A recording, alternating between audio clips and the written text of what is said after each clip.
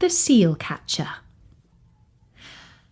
There was once a man who lived not far from John o' Groat's house on the very north of Scotland.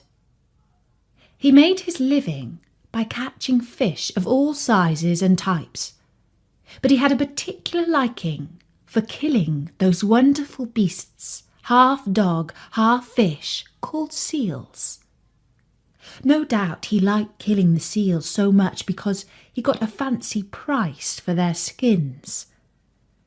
The truth is that most of these animals were neither dogs nor cods, but downright fairies, as this story shall tell. Now one day the fisherman stabbed a seal with his hunting knife, but he failed to kill it outright, for the seal let out a loud cry of pain and slipped off the rocks and into the sea, taking the knife with it. Later that night, after the fisherman had returned home to his cottage, a stranger came to visit him. The man said that he had been sent by his master, who had wanted to buy a large number of seal furs. The stranger and the fisherman mounted a horse and rode off at great speed, their faces cutting through the sharp, salty air. Finally they reached a great cliff that overhung the sea, and the stranger told the fisherman that they had arrived. "But where is the person you spoke of?" asked the astonished seal killer. "Soon you shall see," replied the stranger, and with that he seized the fisherman with irresistible force, and they both plunged over the cliff, headlong down into the sea. After sinking down, nobody knows how far, they at last reached a pearly gate, which opened into a palace. The rooms of the palace were filled not with people, but with seals who could speak and feel like human folk.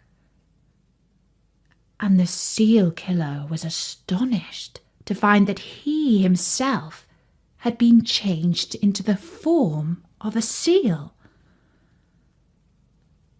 "Am I to spend the rest of my days here like this?" he asked in great distress. "Your suffering need not last much longer," replied the stranger, and so saying he produced a huge knife. The fisherman, who thought he was about to be killed, begged for mercy, but the creatures of the deep gathered round him and assured him that he would meet with no harm. "Did you ever see that knife before?" asked the stranger. The fisherman looked at the weapon again and recognized it as the knife that he had lost in the back of the seal. "Why, it is my own," he admitted. "Well, sir," said the stranger, "the seal that made away with it is my father, and these past hours he has laid dangerously ill from his wound. Only your healing hand can save him." The fisherman was led into another room, in which he found the stricken seal. He was asked to pass his hand over the wound, which he did, and to his surprise, it immediately healed. The seal rose from his bed in perfect health, and the mood of all the sea creatures all around changed from mourning to rejoicing. The seal catcher feared that he would remain under water as a seal for the rest of his life, but the stranger told him that he could return home on one condition: that he took an oath that he would never harm another seal again so long as he lived. To this the seal catcher readily agreed. And then they swam out of the gates of the palace and up to the surface of the sea.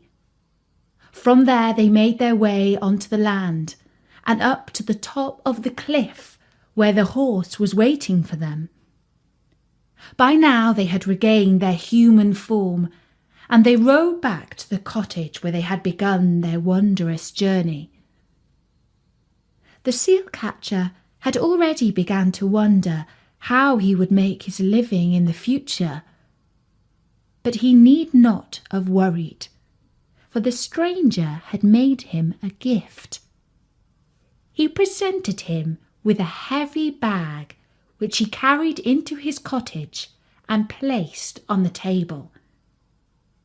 And when the seal catcher opened it, he discovered that it was filled with gold.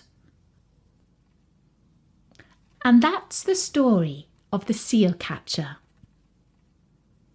Bertie says that seals aren't really half dog, half fish, even though they might look a bit like that. They are, of course, mammals that have flippers instead of feet and powerful tails for swimming.